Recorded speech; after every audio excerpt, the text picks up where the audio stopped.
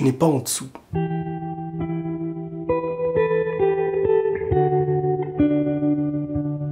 Depuis des années, j'écris et je vous lis. Je fais face à beaucoup de vos messages, les histoires de vos difficultés, de vos vies.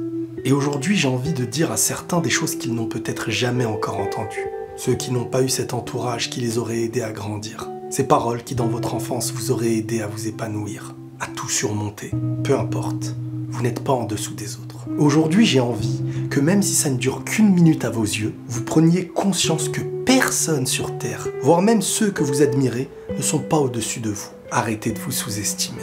Si vous saviez de quoi vous étiez capable, si vous regardiez un petit peu plus attentivement ce que vous avez accompli, ce que vous avez surpassé, voir ce que vous avez aidé. J'en vois beaucoup parmi vous qui répètent merci à tout va, qui pensent toujours devoir quelque chose aux autres, en s'oubliant terriblement, en pensant que c'est toujours l'autre qui vous apporte, que c'est toujours lui qui fait quelque chose de bien, et que c'est vous qui en avez besoin.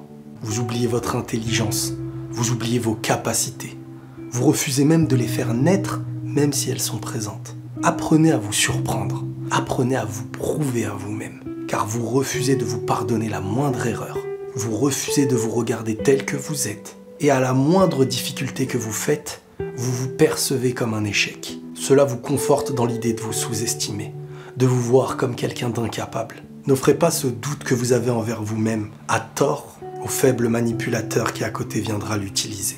Peu importe d'où vous venez, c'est ce que je me répète à chaque fois, peu importe les chutes, peu importe les échecs, peu importe les déceptions que vous avez envers vous-même, vous n'existez pas pour rien. Et rien que pour ça, méditez sur votre existence. Dieu n'a pas mis une seule chose sur terre sans qu'elle ait son sens. Et rien que pour ça, vous devez être courageux. Vous devez reprendre confiance en vous. Peu importe ce que les gens vous diront, vous devez grandir.